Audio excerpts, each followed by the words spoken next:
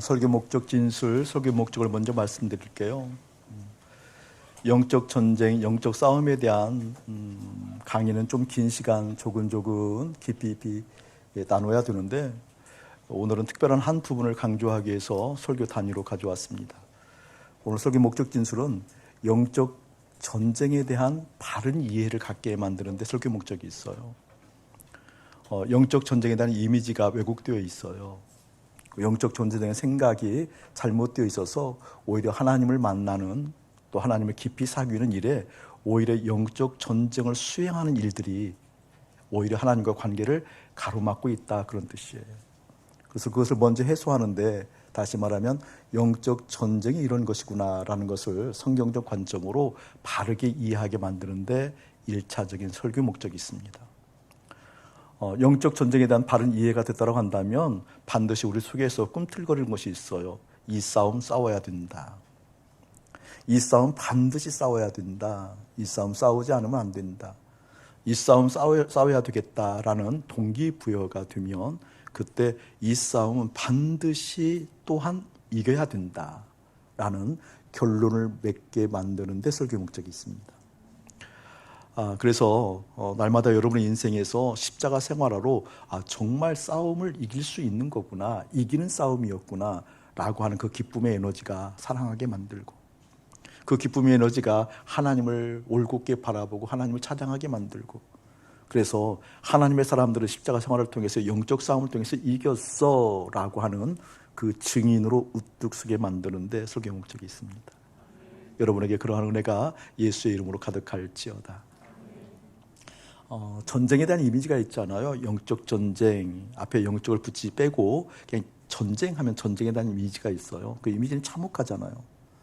여러분, 전쟁은 어떠한 상황이든지, 다시 말하면 어떠한 명분이 주어진다 할지라도 전쟁은 일어나서는 안 돼요. 어떠한 큰 이유가 주어진다 할지라도 결코 전쟁을 일으키는 쪽이 돼서는 안 돼요.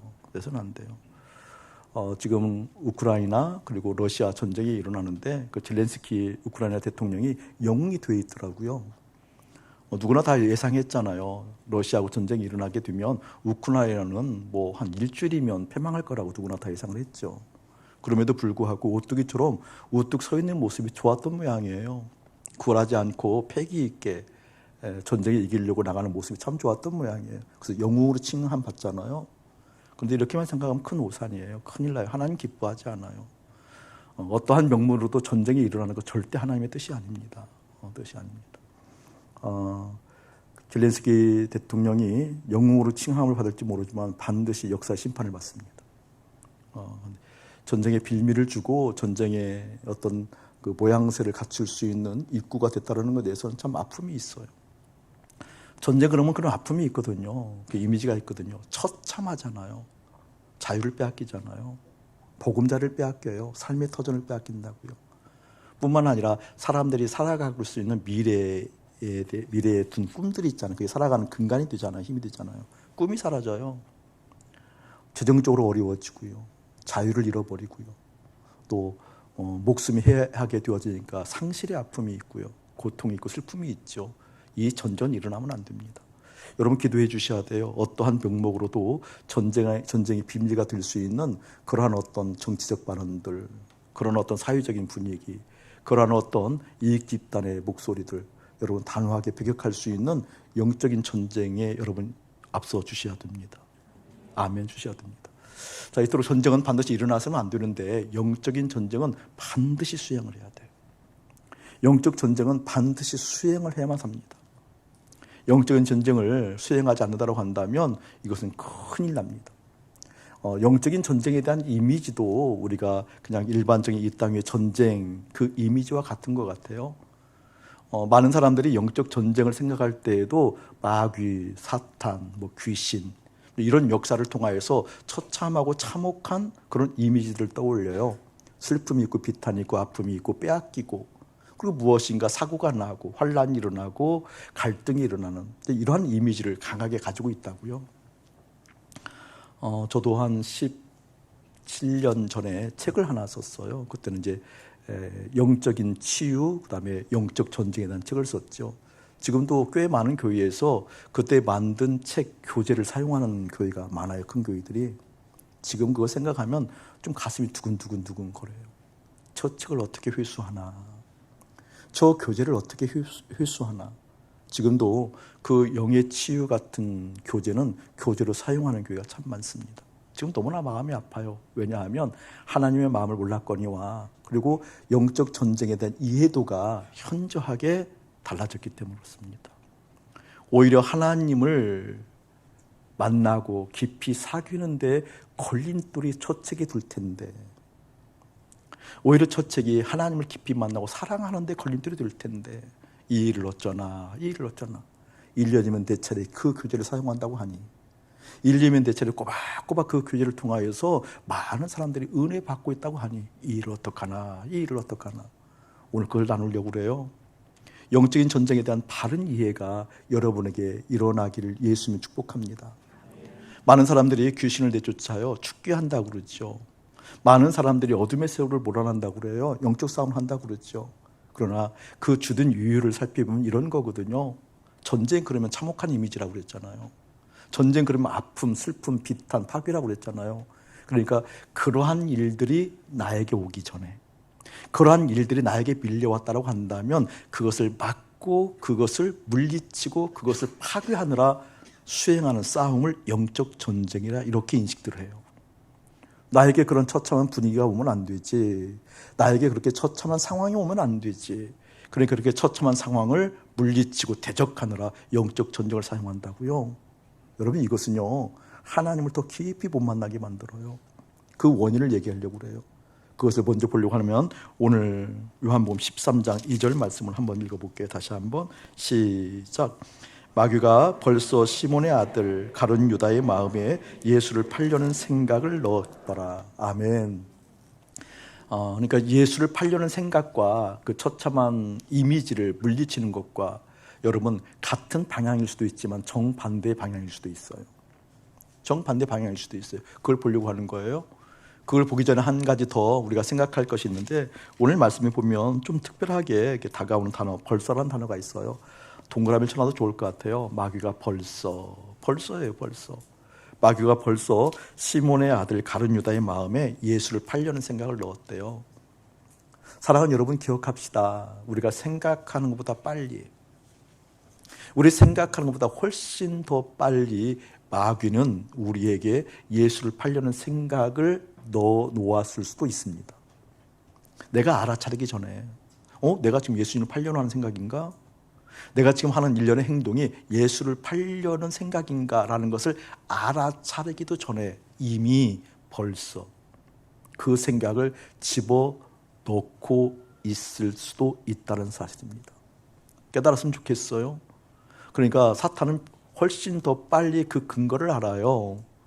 예수를 팔려는 생각이 먹힐 사람을 먼저 알아보아요. 이 사람에게 예수를 팔려는 생각을 넣었을 때 먹힐 것인가 먹히지 않을 것인가 이미 안다니까요. 지난주 말씀이었잖아요. 지난주 말씀이었나요? 아담과 화하 중에 왜 사탄은 하필이면 아담을 제껴놓고 화하에게 선악과를 따먹도록 유혹했을까? 왜 그리고 화하는 그 유혹에 넘어갔을까? 여러분 그렇잖아요. 왜 여성에게 먼저, 여성이 약하기 때문에? 아니에요. 그런 관점 아니에요. 여성은 흔히 우리가 이렇게 조크를 얘기할 때 생각하는 갈대가 아니라 흔들리는 갈대, 여자의 마음 갈대와 같다. 이런 조크가 있잖아요. 그래서 여성에게 먼저 유혹했다? 아니에요. 그런 관점 아니라고 그랬잖아요. 성경 창세기를 찬찬하게 읽어보면 화하의 마음에 이미 뭐가 있었어요? 밑그림이 있었다고 그랬잖아요. 저 선악과를 따먹으면 참 보기도 좋다, 탐스럽다, 먹을만하다. 저걸 따먹으면 하나님처럼 지혜로울 만큼 탐스럽다라고 하는 평소의 생각이 누구에게 있었어요, 여러분? 화하에게 있었잖아요. 화하에게 그 밑그림, 그 생각이 있었기 때문에 그것을 알아차린 간교한 사단이 그걸 건든 거거든요. 건들어서 넘어간 거거든요. 그러니까 예수를 팔려는 생각, 이 이야기는 이미 12제자 중에서 가룟 유다의 마음에 그 밑그림이 있었던 거예요. 예수를 팔려고 하는 그 밑그림. 여러분, 예수를 판다는 것이 어떤 내용일까요? 어떤 내용이에요, 여러분? 여러분 일반적으로 생각하면 여러분 생각할 때 에이, 내가 무슨 예수를 팔아. 그렇죠? 사단이 예수를 팔려는 생각을 좀, 뭐 이런 생각을 다 들어오는 거야? 라고 하지 않겠어요? 믿음의 사람이라고 한다면 예수를 판다니, 이 가당치 않은 얘기 어디가 있어? 나하고는 안 맞는 얘기. 아니요, 그렇지 않아요. 저는 많은 믿음의 사람들을 보면 예수를 팔려고 하는 그 의지가 너무나 강하게 자리 잡고 있다는 걸 보는 거거든요. 예컨대 이런 거예요. 예수를 팔려는 생각은 어떤 생각들인 거니? 전쟁 그러면 참혹한 이미지라고 그랬잖아요. 죽고 빼앗기고 파괴하고 슬프고 아프고 이런 이미지가 나한테 오면 안 되잖아요. 근데 예를 들어서 예수를 팔지 않고 예수를 믿으면 이런 일이 일어난다고 생각해 보세요. 예를 들면 예수를 믿었는데 손해봐, 예수를 믿었는데 아파, 예수를 믿었는데 항상 이래야 돼, 예수를 믿었는데 어쩜 이럴 수 있어 라고 하는 것이 밑그림이 가득히 실려 있다고 한다면, 그때 그 예수가 나로부터 떠나가게 되어지면 어떻게? 오히려 그런 것이 오지 않고 내가 생각하는 기쁨, 내가 생각하는 화려함, 내가 생각하는 행복, 내가 생각하는 영광이 있다고 한다면, 그런 밑그림이 있다고 한다면 기꺼이 어떻게? 사단이 자극하면 넘어갈 수 있다는 거거든요. 그 예수를 팔려는 생각, 여러분 먼저 확인하기를 주님 축복해요. 오늘 보니까 가룟 유다죠? 사단이 마귀가 벌써 시몬의 아들 가룟 유다의 마음에 예수를 팔려는 생각을 넣었더니, 어디에 넣었다고 여러분? 마음에. 누구의 마음에? 가룟 유다. 가롯이라는 것은 지명이잖아요. 지명. 가롯 지방에 살고 있는, 가롯 동네에 살고 있는 유다라고 정확하게 사단은 알고 있어요. 하나님 보시 참자들의 교회, 이 성속동의 위치 정확하게 사단은 알아요. 몇 번지도 아는 것 같아. 90-15번지인가요? 저는 우리 집 주소 사실 몰라요. 제가 살고 있는 집 주소도 사실은, 우리 교회 주소도 몰라요. 90-10번지네요. 성석동 90-10번지 하나님 보시 참자들의 교회 알고요. 여기에 참석해서 2부 예배 드리고 있는 여러분 한 사람 한 사람을 잘 알고 있어요. 근데 그 한 사람 한 사람의 마음에 예수를 팔려는 생각을 받을 수도 있겠구나. 12명의 제자 중에서 한 사람이 받았으니 12분의 1로 따져보면 너무 골치 아프니까, 너무 그건 마음이 어려우니까 그렇게 따지진 않아도 어쨌든 구체적으로 어느 지방에 몇 번지에 살고 있는 누구, 그 누구의 마음에 예수를 팔려는 생각을 집어넣을 수 있는 요소는 없어야 될 거 아니에요. 그 요소를 오늘 빼내는 게 오늘 설교 목적이에요. 오늘 말씀 보게 되어지면 뭐라고 얘기해요? 예수를 팔려는 생각을 넣었대요. 생각을 넣었대요. 여러분, 예수를 팔면 어떤 일이 일어나길래 예수를 팔을까요? 어떤 일이 일어날 수 있기에 예수를 팔 정도의 마음을 가지고 있을까요? 여러분, 예수님이 빠져나가면 누구의 힘대로 살을까요? 그렇죠? 누구의 주장대로 살을까요? 누구의 뜻대로 살을까요? 그렇다고 한다면 이미 여러분의 마음까지 눈치채고 있어야 되죠. 사단이 얼마든지 나를 요리할 수 있겠구나. 예수를 팔아버려서 예수가 내 안에 없다고 한다면 누구의 힘이 중요할까요? 누구의 뜻이 중요할까요? 누구의 계획이 중요할까요? 여러분, 예수님 있음에도 불구하고 여러분의 힘, 여러분의 의지, 여러분의 뜻, 여러분의 계획 중요한 우리잖아요. 그 밑그림, 사탄은 얼마든지 활용할 수 있겠구나. 그 밑그림에 대해서 사단이 그걸 활용하지 못하도록 예수를 팔아버리려고 하는 그 마음을 어떻게 예수의 이름으로 대적해서 예수를 팔아버리려고 하는 마음을 팔지 못하도록 만드는 이 싸움이 영적 싸움이구나. 단순화시키면은요, 그렇기 때문에 영적 전쟁이라는 것은 생각 전쟁이에요. 영적 전쟁이라는 것은 마음 전쟁이에요. 다른 것 아니에요. 마음 전쟁이에요. 이 마음에 무엇이 깃들어 있나? 이 마음에 무엇이 있나? 성경에 보면 지혜란 단어가 참 곳곳에 등장해요. 창세기 3장 1절에 보면 사단이 이 세상에서 가장 지혜롭다고 얘기하고 있거든요. 사실은 그 지혜로운 것을 간교함 이렇게 표현하고 있잖아요. 사단도 지혜로워요. 지혜롭거든요. 근데 그 지혜가 어떤 지혜인 거니? 하나님을 등진 방향으로 가는 것이 간교함이잖아요. 사단이 지혜가 없는 게 아니라니까요. 그렇기 때문에 성경에서 얘기할 때 그 뱀의 지혜로움을 배우라고 얘기했을 때 사단지 실제 지혜로운데 하나님의 반대로 가는 그 지혜로움이 아니라 하나님을 향해서 갈 수 있도록 그 지혜를 그렇게 사용하라 그 뜻이거든요. 솔로몬을 우리 하나님께서 마음에 들어 하셨잖아요. 하나님께서 마음에 들으셔서 솔로몬이 하나님께 간청했을 때 지혜 주세요. 하나님께 너무 좋았거든요. 그래서 솔로몬에게 지혜 주었어요. 지혜는 무엇이에요, 여러분? 듣는 귀잖아요. 듣는 귀. 지혜란 뜻이 원래 원어의 뜻을 보면 지혜는 다른 것이 아니라 지금 듣고 있는 귀가 지혜란 뜻이에요. 지혜. 잠언서 27장 11절, 12절, 13절 어간에 보게 되어지면 스스로 지혜롭지 말래요. 스스로 지혜로우면 망한대요. 그러니까 지혜라는 것은 무엇을 의미하는 거니? 지금 듣는 거거든요. 하나님으로부터. 듣는 게 지혜거든요. 근데 스스로 지혜로우면요, 망한다고 얘기해요. 왜 그럴까요? 지혜는 스스로 나오는 것이 없잖아요. 스스로 나오려고 하면 하나님을 팔아버렸을 때, 예수를 팔아버렸을 때야만 비로소 그 예수님부터 들을 내용들이 없기 때문에 스스로 지혜로워야 살잖아요. 망하는 거라니까요. 망하는 거라니까요. 여러분, 그렇기 때문에 우리가 스스로 무엇인가 한다라고 했을 때는 그 독립성이 귀하게 한 인생을 자존감을 세워서 한 인생이 인생살이에서 중요한 자리매김으로 하는 덕목이 아닐 수도 있다는 거예요. 좀 듣기 거북하죠? 근데 그게 성경이거든요. 성경은 한 인생이 스스로 생각하고 스스로 변호하고 스스로 무엇인가 갖추어서 잘 살 수 있는 영역, 그 덕목을 키워주는 것이 교육이잖아요. 사실은 스스로 쓸 수 있게 만들어주는 게 교육이잖아요. 그런데 성경의 관점으로 보면 스스로 생각하고 스스로 지혜로운 망한다, 이 관점을 잃어버린 세대예요. 지금 무슨 세대예요? 영적 전쟁에서 패한 세대다 그 말이에요. 저는 여러분들이 우리의 생각을 스스로 하는 인생이 아니라 들을 귀, 말씀하시는 하나님의 말씀이 들려져서 하나님의 생각이, 하나님의 뜻이 우리의 인생 가운데 읽혀질 수 있는 순전한 마음 되어서 하나님 말씀이 이것이군요, 이게 참이군요, 진리군요 라고 영적 전쟁에 승리한 그 결론 맺음이 저는 여러분에게 일어나기를 예수님 축복합니다. 제가요, 이 지혜에 대해서 하나님의 마음을 구하면서, 하나님의 생각 구하면서 알아차린 게 있어요. 뭘 알아차린 거니? 하나님께 제가 그걸 순전하게 아이처럼 구하고 있거든요. 하나님, 저 지혜 주시는데, 하나님 말씀을 들을 수 있는 지혜 주시는데, 사단도 보니까 그 지혜가 있었는데 결국 하나님을 등져서 가는 게 간교함이잖아요. 그런데 보통 믿음의 사람이라고 한다면 그 하나님을 등지고 간 시간적 어떤 그런 뭐라 그럴까, 그런 어떤 열정의 힘, 그런 것이 간 흔적이 있으면 어느 정도 시간이 지나가면 누구나 다 분별할 수 있어요. 아, 이 사람은 하나님 등졌구나. 왜? 선악과를 따먹으니까. 이게 누구든지 시간이 지나가면 다 분별할 수 있다니까요. 그런데 어떤 사람이든, 여러분 예수를 파는 사람이 누군 줄 아세요? 예수님의 이름을 부르는 사람 중 예수를 팔아요. 누가 예수를 떠나가는 줄 아세요? 예수를 믿었던 사람 중에서 떠나요. 원래 안 믿은 사람은 아예 성경은 논하지 않아요.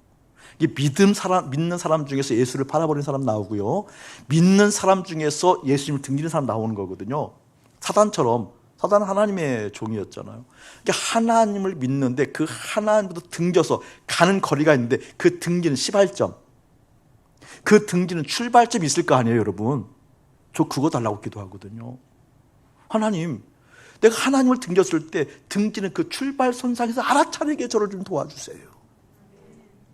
하나님을 등지는데, 하나님을 등지는 그 순간 내 마음이 무엇 때문에 그러는지, 무엇 때문에 이렇게 하나님을 팔아버리려고, 예수를 팔아버리려고 그러는지, 예수님을 등지고 가려고 하는지 하나님 그때 알려주세요.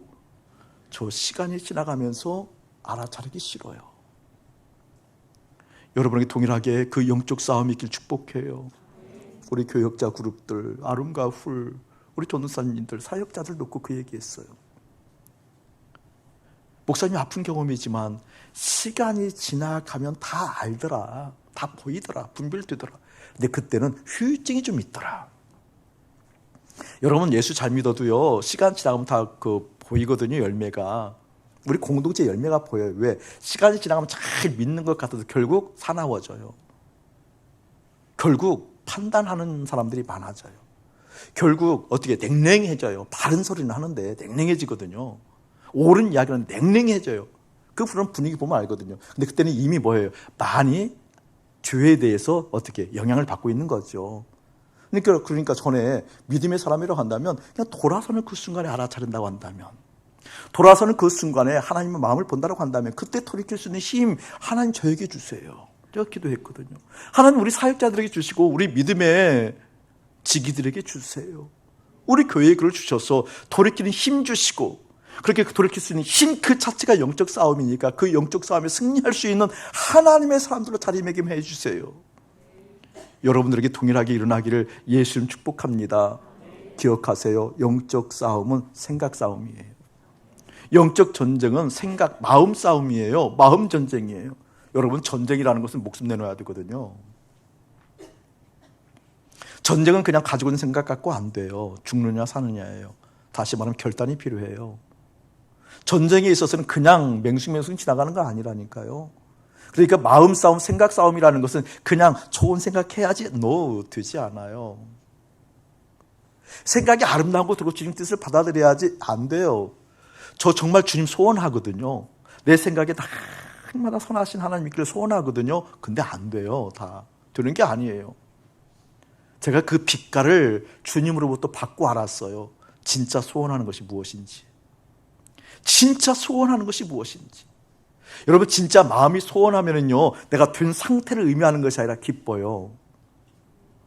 진짜 소원하면 기뻐요. 그냥 소원만 했는데 기뻐요.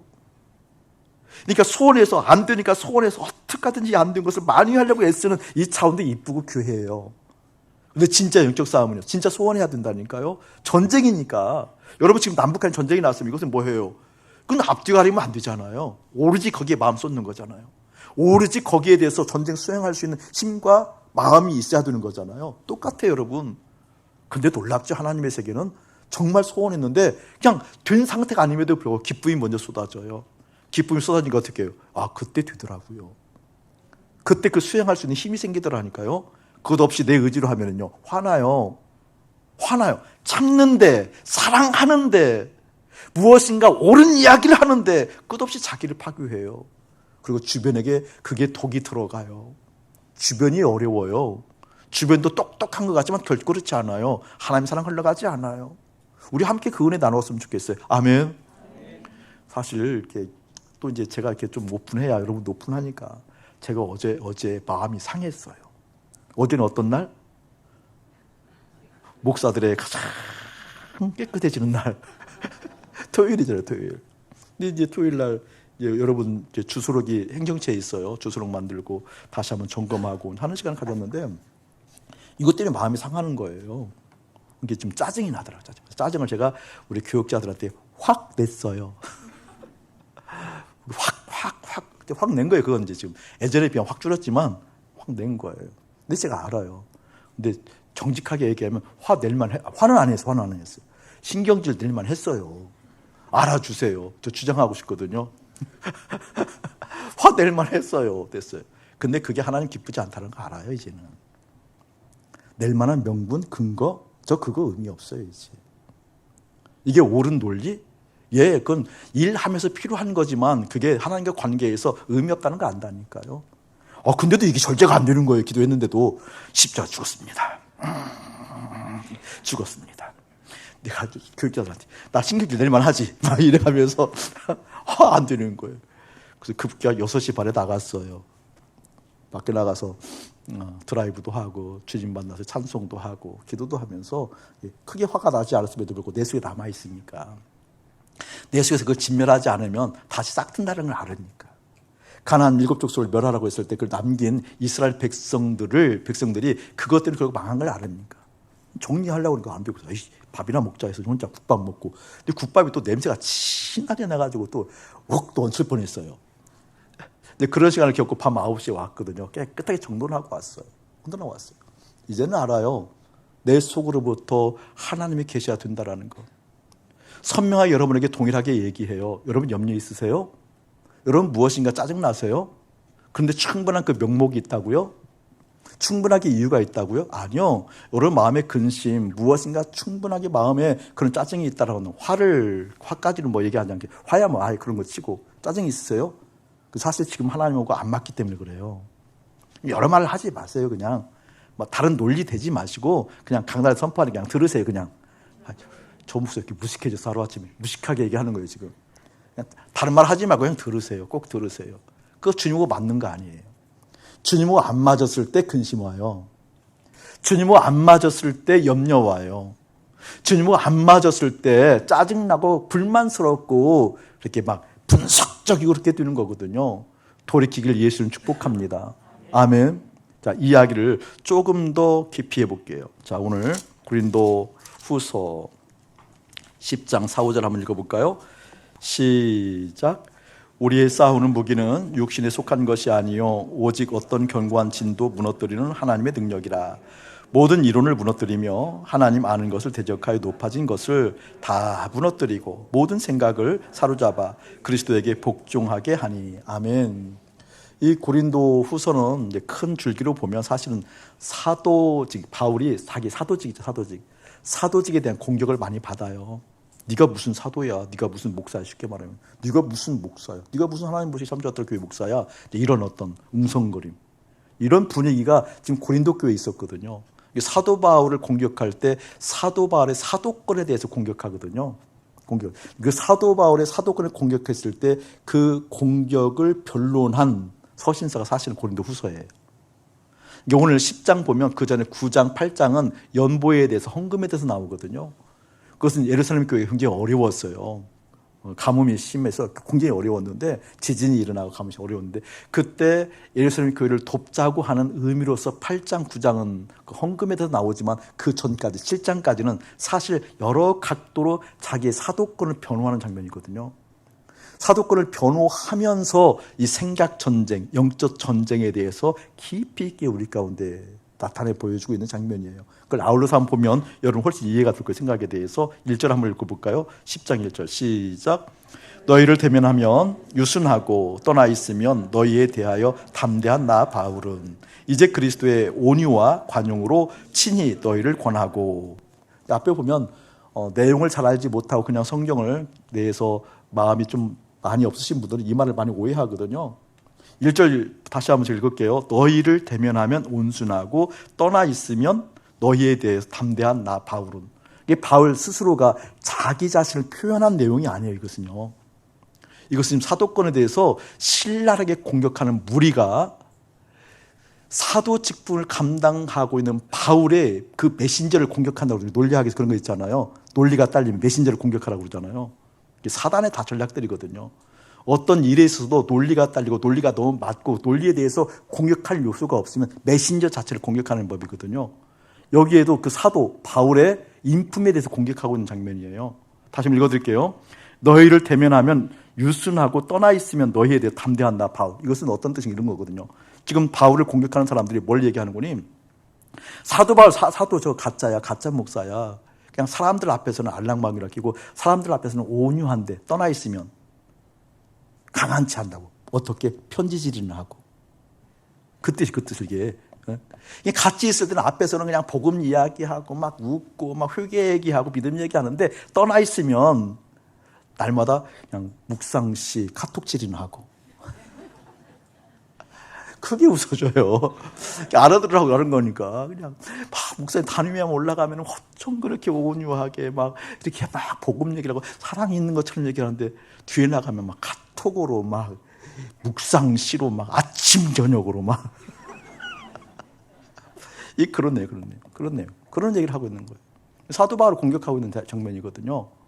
그래서 2절 보면 이렇게 얘기하고 있어요. 또한 우리를 육신에 따라 행하는 자 이렇게 가로해 놓고요. 육신에 따라 행하는 자로 여기는 자들에 대하여 내가 담대히 대하는 것 같이 너희와 함께 있을 때에 나로 하여금 이 담대한 태도로 대하지 않게 하기를 구하노라. 그 말이 그 말 같은데 굉장히 중요한 단어예요. 지금 사도 바울을 공격하는 사람들이 사도 바울의 인품도 공격하지만 뭘 공격하는 거니? 저 사람은 육신에 따라 사는 사람이냐 그 뜻을 얘기하는 거거든요. 육신을 따라간다 이 말은 사도 바울의 독특한 언어예요. 사도 바울의 서신서 쓸 때 사도 바울의 독특한 언어 중에 하나가 육신을 따라가는가 영을 따라가는가. 육신을 따라가는가 하나님의 능력을 따라가는 거예요. 사도 바울의 언어인데 이 사도 바울의 언어로 치환해서 사도 바울을 공격해요.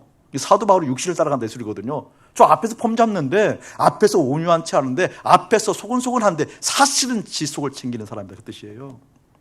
사실은 속에 꿍꿍이 써 있고 지 이속 챙기고 지가 무엇인가 왕되려고 하고 지가 무엇인가 세우려고 하는 사람들, 그런 뜻을 얘기하고 있는 거거든요. 저 가끔 그런 소리 들어요.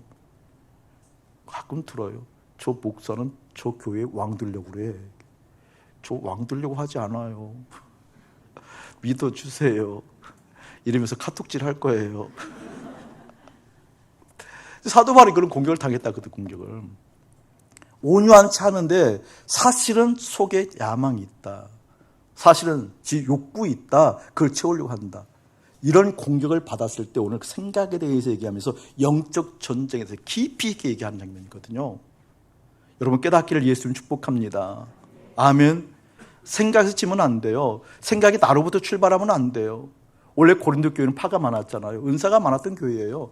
은사가 많았던 교회는 하나님에 대한 열심이 있었던 교회고요. 하나님에서 깊이 알기를 바랬던 그런 어떤 밑바닥에 하나님을 향한 갈망들이 있었던 교회예요. 그런데도 불구하고 은사가 많이 있음에도 불구하고 분파가 많이 있잖아요. 어떤 분파가 일어났어요, 여러분? 고린도 교회는 특별히 그리스도파,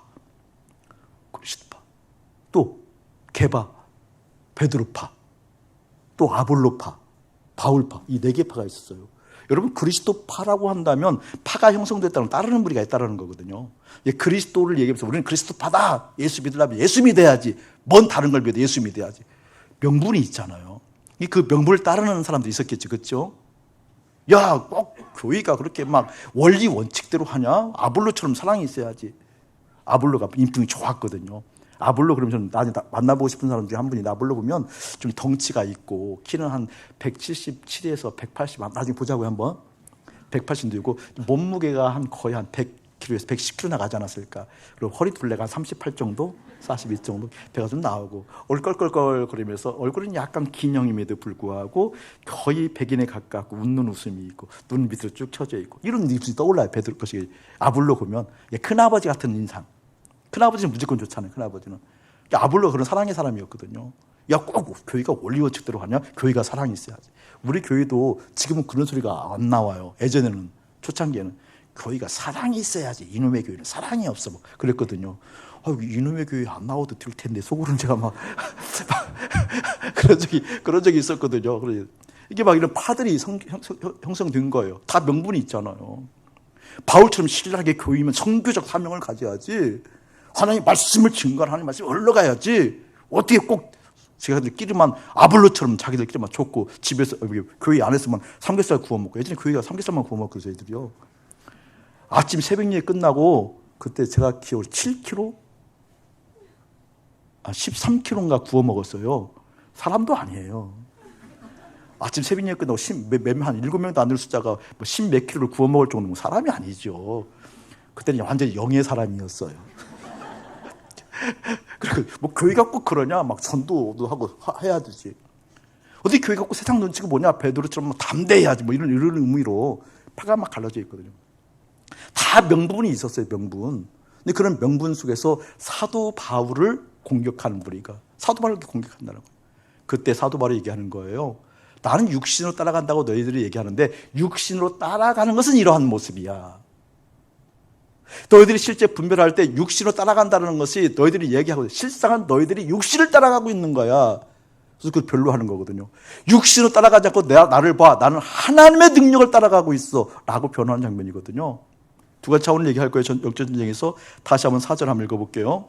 우리의 싸우는 무기는 육신에 속한 것이 아니요 오직 어떤 견고한 진도 무너뜨리는 하나님의 능력이라. 아멘. 하나님의 능력 따라가는 거거든요. 전 사랑하는 여러분들 육신 따라가는 인생이에요? 하나님 능력 따라가는 인생이에요? 라고 하면 누구든지 다 하나님 능력 따라간다고 하겠죠. 근데 하나님의 능력을 따라간다는 것이 뭐예요, 여러분? 육신을 따라간다는 것이 뭐냐고요? 육신을 실제 따라가고 있음에도 불구하고 육신을 따라가고 있는지도 모른다거나 육신을 따라가고 있음에도 불구하고 나 아니야 라고 주장해도 그럼 육신 따라가고 있는 거잖아요. 사도 바울이 그걸 분명히 나타내 보여주고 있거든요. 하나님의 능력을 따라가게 되어지면 모든 이론이 무너져 라고 얘기하고 두 번째는 뭐예요? 어떠한 견고한지도 무너뜨리는 하나님의 능력이라 모든 이론을 무너뜨리며 하나님 아는 것을 대적하여 높아진 것을 다 무너뜨렸대요. 여러분 하나님 아는 것 있죠? 효면이 하나님 사랑이라는 거 알잖아. 알지. 아는데 그 사랑은 온데간데 없지. 왜 효면이만 공격당해? 꼭 여러분 아니에요? 앞에 앉은 은혜야. 뭐 재구는 아닌 것처럼. 그잖아요, 여러분. 하나님 알잖아요. 하나님 전능하시대. 알거든요. 전능이 나타나요? 아니요. 하나님 아는 것이 대적당해서 무너져 버린 거예요. 그 뜻이에요. 쉽게 말하면. 그걸 뜻이라니까요. 우리 하나님 아는 거 많거든요. 하나님 아는 것이 실제 내 삶의 야다처럼, 기노스코처럼, 부부 사이에 일어나는 것처럼 밀접한 관계가 되어서 실제가 되지 못하고 하나님 아는 것이 무너져 버렸던 것을 어떻게, 그것을 무너뜨리는 것이 하나님의 능력으로 사는 거다. 그 의미가 뭔가? 그러면서 이렇게 얘기하는 거거든요. 하나님의 능력이라 모든 이론을 무너뜨리며 하나님 아는 것을 대적하여 높아진 것을 다 무너뜨리고 모든 생각을 사로잡아 그리스도에게 복종케 하니. 아멘. 모든 생각을 사로잡아 그리스도에게 복종케 하니. 아멘. 어제 그냥 너무 어처구니 없더라고요. 그러니까 좀 신경질 날만도 했어요. 제가 생각할 때는 했는데 그 신경질 날만한 상황이 내가 꼭 신경질 내야 되는 거예요. 이건 별개의 문제잖아요. 그 상황이 신경질을 낼 만한 상황이든 신경질을 낸다고 한다면 내가 하나님을 아는 지식은 온데간데 없는 거잖아요. 온데간데 없는 거잖아요. 그래서 이제 드라이브하고 국밥 한 먹으면서 기도했어요. 참 죄송하더라고요. 좀 죄송하면 이제 저는 이제 그때 하나님과 관계에서 눈물이 곧잘 나와요. 찔끔찔끔 흘리면서 그냥 훌쩍훌쩍 하면서 저도 울어요. 뭐 이렇게 안 우는 것처럼 훌쩍훌쩍해서 하나님 죄송하다고 얘기하고. 저는 이게 부끄럽지 않아요. 이게 어린아이 같은 느낌 아니에요. 오히려 장성한 분량에 이르기까지 올라간 용사의 모습으로 오히려 그려져요. 주님 앞에 훌쩍거리는 것. 주님 앞에 내 마음 그렇다고 얘기하는 것. 모든 생각을 사로잡아야 돼. 사로잡지 못한 나를 주님 앞에 올려드리고 모든 생각을 주님 앞에 올려드리고 주님께 그 주권을 내어놓는 장수와 같은 모습이 저는 떠올라요. 그래서 저는 어제 울었지만 장수가 된 것 같은 느낌이었어요.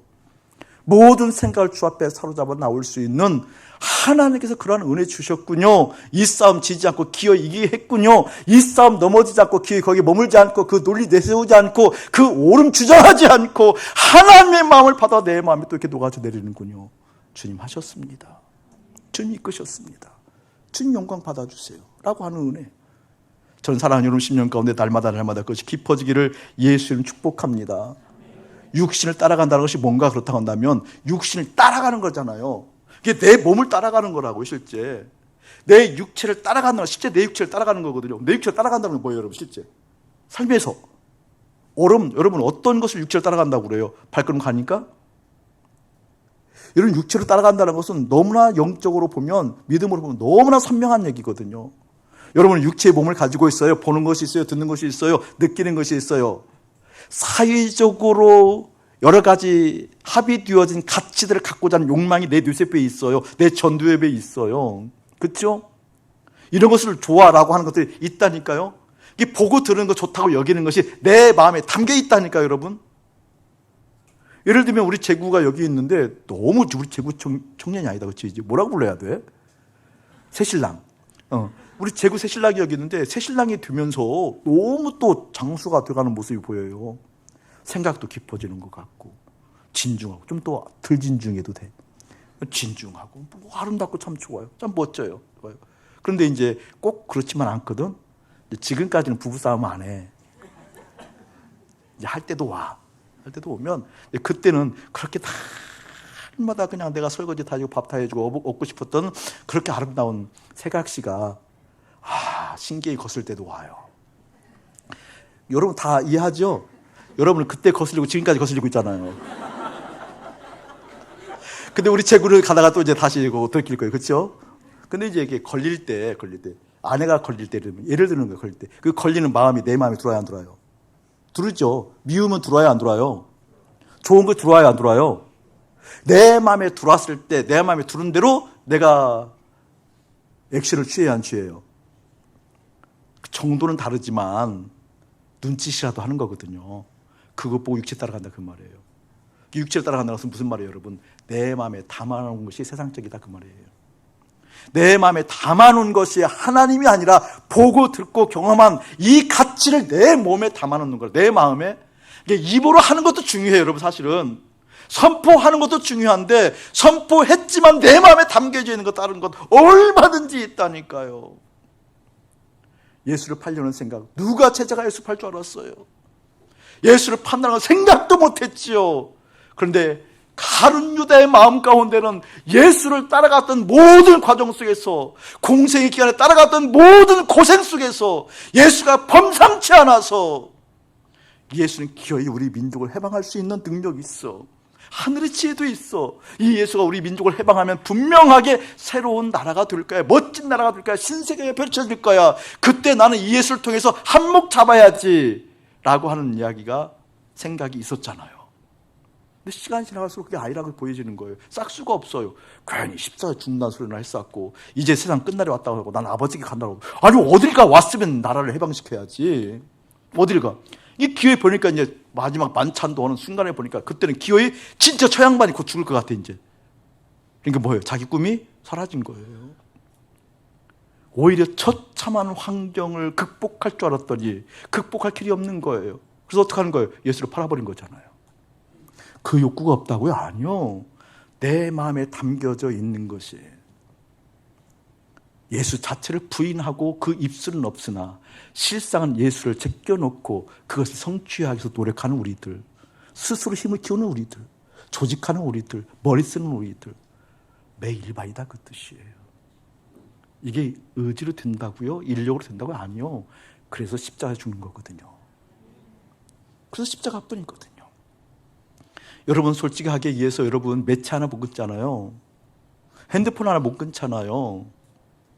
어떤 프로그램 하나 못 끊잖아요. 그거 웃긴 거잖아요. 그 중독의 성향들 그거 하나 못 차리고 맨날 돌이켜서 다시 회개하고 다시 회개하고 다시 회개하고 이런 정도에서 머무는 것이 아니라 진짜 우리의 마음이 하나님을 원함으로 말미암아 그 주님께서 주시는 그 힘이, 그 능력이, 큰 긍휼함이 넉넉하게 이겨가는 은혜가 여러분에게 깊이 일어나기를 예수의 이름으로 축복합니다. 영적 전쟁은 다른 것 아니에요. 생각 전쟁이에요. 생각 못 이깁니다. 바뀌지 않습니다. 넣어주는 걸 어떡합니까? 넣어준다는 건 반드시 근거가 있다고 그랬어요. 빅그림. 사랑하는 여러분의 마음 가운데 영적 전쟁을 수행할 때 여러 요소가 많이 있거든요. 가장 강력한 한 가지, 소원하셔야 됩니다. 정말 소원하셔야 됩니다. 전쟁은요, 앞뒤에 가리면 안 돼요. 이겨야 돼요. 이겨야 돼요. 부담이 되겠지만 고도의 집중력도 필요해요. 부담이 되겠지만 정말 소원하는 마음 달라고 기도하셔야 돼요. 아멘. 여러분 그게 없으면 그냥 속거든요. 저희 교회는 아마 한국에서 교리 공부를 하지 않는 몇 교회 중에 하나예요. 저희 교회는 교리 공부하지 않아요. 근데 제 마음에 정말 하고 싶은 마음이 이만큼 놨다가 내려놓고 이만큼 내려놓는 것이 한 7, 8번 돼요. 거의 매년 하고 싶어 했던 거죠. 제가 책을 3권 뽑으라고 한다면 그 3권 중에 한 권이 들어가는 것이 리차드 백스터의 교인들의 생활지침이라는 책이 있거든요. 한 3,000페이지 돼요. 3,000페이지 우습게 생각하면 안 돼요. 그 책이 3,000페이지가 돼요. 3,000페이지 모두가 다 은혜가 돼요. 근데 그걸 이렇게 공부를 하고 싶지도 않는 이유가 뭔지 아세요, 여러분? 교리 공부하면 교우들이 밝아져요. 밝아지거든요. 근데 밝아지면 어떤 폐해가 있는 거니? 그냥 의도하지 않았어도 그냥 판단이 그냥 돼요. 판단이. 깔뱅이의 기독교 강요를 왜 하고 싶지 않았겠어요, 제가. 그리고 저는 그런 걸 한다고 그러면 반대하는 사람이에요. 그 위치가 정확해야 돼요. 깔뱅이의 기독교 강요를 읽고 공부하면 밝아져요. 선명해져요. 얼마나 시원한지 몰라요. 은혜가 임했어요. 얼마나 시원하고 은혜가 임했는데 시원하고 은혜가 임한 것 곱하기 2로 판단해요. 웃을 대목인데 정말이라니까요. 저에게 간혹 가까운 지인들이나 또 후배들이 전문직에 있는 친구들이 좀 있잖아요. 이 친구들 신학을 하고 싶어하는 친구들이 많이 있어요. 저한테 와서 목사님 좀 어떻게 해야 될까요?라고 그 신학을 공부하시면 제가 두 말 하지 않아요. 하지 마. 그리고 회개해. 이렇게 얘기하거든요. 상처 입어서 가는 사람도 꽤 있었어요. 신학은 그렇게 하는 거 아니야. 하나님을 더 알아간다는 그 좋은 목적에서 하는 게 아니야. 여러분 신학 성경 공부하면요 밝아져요. 성경을 가까이 많이 대하는 것 같아서 좋은 것 같잖아요. 좋아요. 어떻게 되는 줄 아세요, 여러분? 판단이 그냥 일어나요. 다 죽어요. 다 죽어요. 저는 여러분이 그 무엇보다도 영적 전쟁에 능한 자가 되어져서 여러분의 마음에 예수가 있기를 축복합니다. 아멘. 예수가 있기를 축복합니다. 그래서 저는 성경 공부도 정확하게 어떤 위치가 있어야 돼요. 어느 때 해야 되는 위치가 있어야 돼요. 성경을 분석하고 개론을 배우고 구약학, 신약학, 조직신학, 뭐 교의사 여러 가지 배우는 거 좋지요. 누가 배워야 되는 건 다른 문제예요. 다른 문제. 저는 그거 환영하지 않아요. 별로 신뢰하지 않아요. 그리고 신뢰하지 않은 것보다 훨씬 더 많이 확인을 했어요. 그런 인생을 살아가는 게 아니에요. 내 안에 주님 계셔서 주님의 그 사랑으로, 내 안에 주님 계셔서 주님의 그 마음으로, 그것이 안 되니까 십자가에 죽고 주님의 마음이 깊이 들어 하늘 마음을 볼 수 있는 그 넉넉한 인생이 여러분에게 펼쳐질 수 있도록 서로 어깨 동무하고 서로 긍휼히 여기고 십자가에 죽지 못해 서로 함께 어우러질 수 있는 교회이 되어져서 하늘의 아름다움이 이곳에 임하기를 예수의 이름으로 축복합니다. 이제는 우리 주 예수 그리스도의 은혜와 우리 아버지 하나님의 극진하신 사랑하심과 성령 하나님의 감화감동 교통하심이 영적 전쟁에 능한 자 십자가 생활을 통해서 이루어진다. 그 의미를 깨닫고 그 마음을 갖기로 결정하며 주님께 탄원하는 거룩한 백성들 가운데 이대로부터 영원 무궁토록 함께 할지어다. 아멘.